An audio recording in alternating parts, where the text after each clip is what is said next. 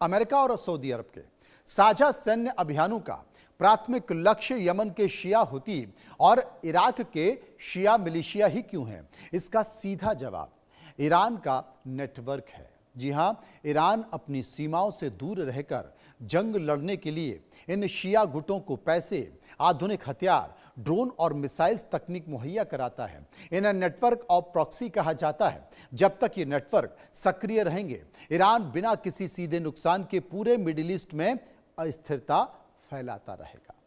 Saudi अरब और America का मानना है कि ईरान की रीढ़ की हड्डी उसके ये क्षेत्रीय प्रॉक्सी ही हैं।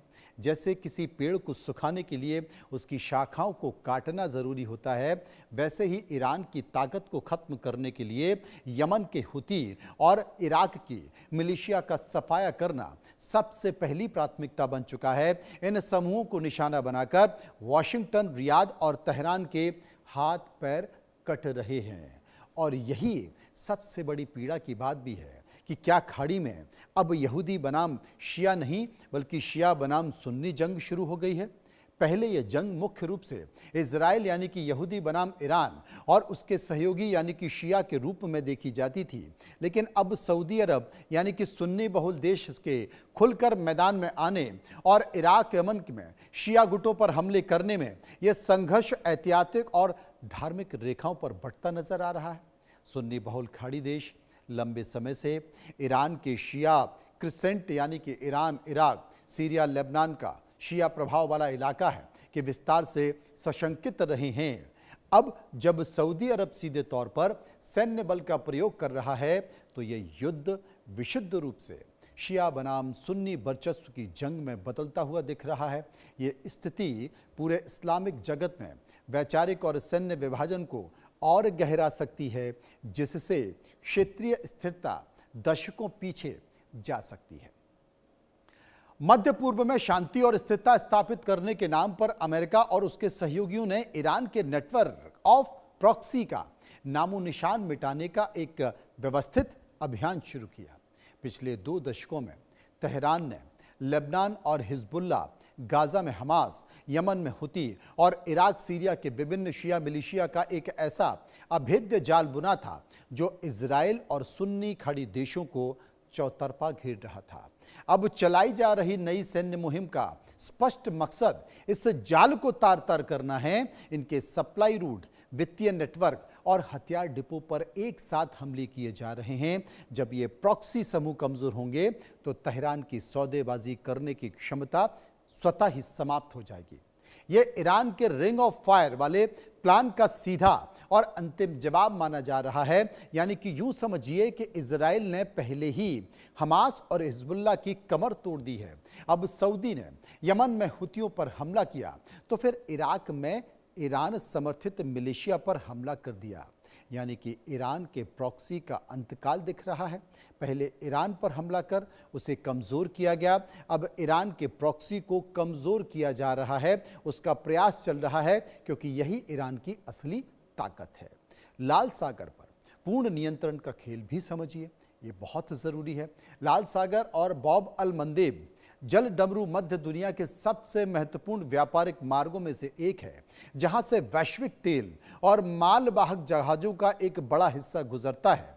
हुतियों के इस मार्ग पर जहाज़ों पर किए जा रहे हमलों ने वैश्विक आपूर्ति श्रृंखला को ध्वस्त कर दिया था, जिससे यूरोप और एशिया में महंगाई बढ़ रही थी। अब सऊदी अरब और अमेरिकी नौसेना ने इस पूरे व्यापारिक मार्ग को हुतियों के प्रभाव से मुक्त कराने के लिए एक संयुक्त नौसैनिक ऑपरेशन शुरू किया।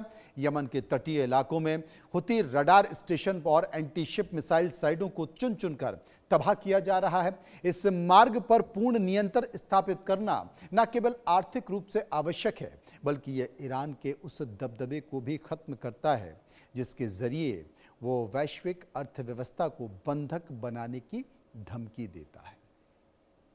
सबसे बड़ी बात है कि सऊदी अरब और अमेरिका के इस नए साझा मोर्चे ने तेहरान के शासन के लिए सबसे बड़ी कूटनीतिक और सैन्य चुनौती खड़ी कर दी है। ईरान अब तक इस बात से आश्वस्त था कि अरब देश अमेरिका को अपने हवाई क्षेत्र का इस्तेमाल सीधे ईरानी हितों पर हमले के लिए नहीं करने देंगे, लेकिन सऊदी अरब का स्वयं हमलावर भूमिका में आना ईरान के सभी गणित बिगाड़ चुका है। ईरान पहले से ही गंभीर आर्थिक प्रतिबंध, घरेलू असंतोष और अपनी मुद्रा के अवमूल्यन से जूझ रहा है। अब अगर उसे अपनी सीमाओं के बाहर यमन, इराक और सीरिया में अपने सहयोगियों को बचाने के लिए अतिरिक्त संसाधन झोंकने पड़े तो फिर उसकी अर्थव्यवस्था पूरी तरह से चरमरा सकती है। इसके अलावा सऊदी अरब की आक्रामक नीति के कारण ईरान अपने ही पड़ोस में अलगाव बढ़ाता जा रहा है, जिससे उसकी रणनीतिक गहराई धीरे धीरे खत्म होती जा रही है और ये उसे नुकसान भी पहुंचा सकता है। सवाल यह है कि क्या ट्रंप कोई नया प्लान बना रहे हैं, गढ़ रहे हैं, रच रहे हैं? क्या ये वॉशिंगटन का मैक्सिमम प्रेशर 2.0 है? ट्रंप की मैक्सिमम प्रेशर यानी कि अधिकतम दबाव की जो नीति है वो हमेशा से ईरान को पूरी तरह से अलग थलग करने की रही है। उसके तेल निर्यात को शून्य लाने पर रही है। अमेरिकी रणनीतिकार अब जिस सऊदी फर्स्ट नीति पर काम कर रहे हैं वो ट्रंप के उस विजन से काफ़ी मिलती जुलती है, जिसमें अमेरिकी सैनिकों को सीधे युद्ध में झोंकने की बजाय क्षेत्रीय सहयोगियों जैसे कि सऊदी अरब को आगे करके दुश्मनों का सफाया किया जाता है। इस प्लान के तहत अमेरिका केवल आधुनिक खुफिया जानकारी, सैटेलाइट डेटा और उन्नत हथियार मुहैया कराएगा, जबकि जमीनी और हवाई हमले क्षेत्रीय देश खुद करेंगे। यह नया प्लान अमेरिका पर आने वाले वित्तीय और मानवीय लागत को कम करता है और ईरान पर दोहरे दबाव का निर्माण करता है। बात यहां से और आगे चली जाती है, क्योंकि क्या अचानक इजराइल युद्ध में कूद सकता है? क्योंकि अभी तो नहीं है। यह भी बड़ा सवाल है। हालांकि वर्तमान में इजराइल रणनीति के पीछे कुछ दिख रहा है। इसके लिए मतलब ये बिल्कुल नहीं है कि वो इस युद्ध से पूरी तरह से अलग हो गया है। इजराइल का पीछे हटना एक रणनीतिक चाल हो सकती है। अगर सऊदी अरब और अमेरिका का कार्रवाई के जवाब में ईरान कोई बहुत बड़ा कदम उठाता है, जैसे कि फारस की खाड़ी में तेल जहाज़ों को डुबोना या फिर सीधे अमेरिकी ठिकानों पर बैलिस्टिक मिसाइल दागना, तो फिर इजराइल तुरंत इस युद्ध में एक नए मोर्चे के तौर पर कूद सकता है। इजराइल के पास ईरान के परमाणु ठिकाने जैसे कि नतांज और फोर्डो पर हमला करने के लिए विशेष रूप से तैयार किए गए बंकर, बस्टर, बम और स्टेल्थ जेट्स मौजूद हैं। इजराइल केवल सही वक्त पर इंतजार कर रहा है, जब तेहरान का ध्यान सऊदी अमेरिकी मोर्चे पर पूरी तरह से बट जाए, वो अचानक से एक विनाशकारी हमला कर दे। ऐसे में क्या होगा, ये भी समझने की बात है। असल में इराक और यमन के साथ साथ सीरिया भी ईरान के लिए महत्वपूर्ण लैंड कॉरिडोर रहा है, जिसके जरिए वो लेबनान तक अपने हथियार पहुंचाता है।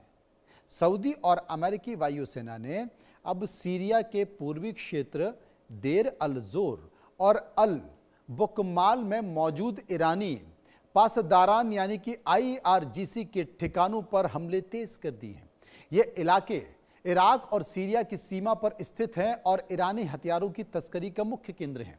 इन ठिकानों के तबाह होने से ईरान का भूमध्य सागर तक जाने वाला लॉजिस्टिक रूट टूट गया। सीरिया में असद सरकार की कमजोर स्थिति का फायदा उठाते हुए पश्चिमी और खाड़ी देश ईरान के ढांचे को उखाड़ फेंक रहे हैं, जिससे तेहरान का सीरियाई मोर्चे पर दबदबा अब इतिहास की बात बनता जा रहा है। आपको बता दें कि ईरान और सीरिया के करीबी संबंध हैं। दशकों तक सीरिया